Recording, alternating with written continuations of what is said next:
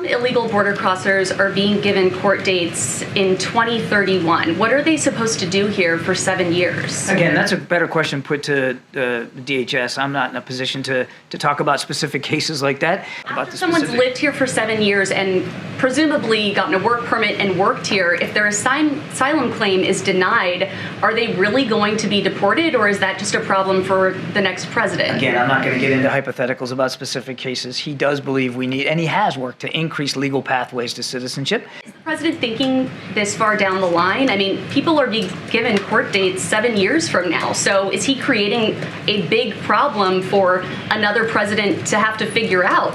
If these people are going to be deported after just working, living, maybe having families here for 7 years? Again, I'm not going to get into hypothetical cases here. On day one of the administration, the president put to Congress a proposal for immigration reform. But he's taken the issue very, very seriously. Thanks, everybody. Hypothetical question. People are being given court dates in 2031. Thanks, Admiral. Thanks, I appreciate it. On the border, we're talking to CBP officials who say that they're resourced to deal with about half the volume of encounters that they're seeing, that smugglers are putting migrants more and more at risk by dropping them off in more and more remote locations.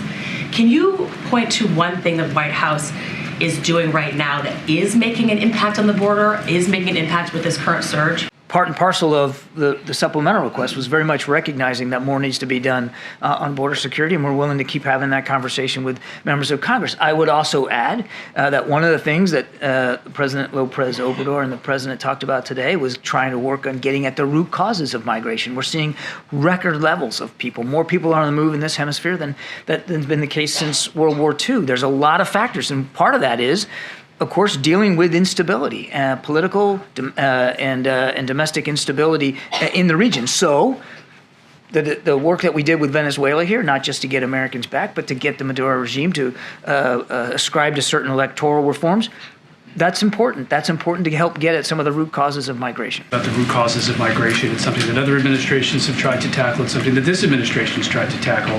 Earlier this year, there was a $4 billion announcement. Have those efforts in this administration made any noticeable difference when you talk about the spikes that we've been seeing? Noticeable difference in migration flows.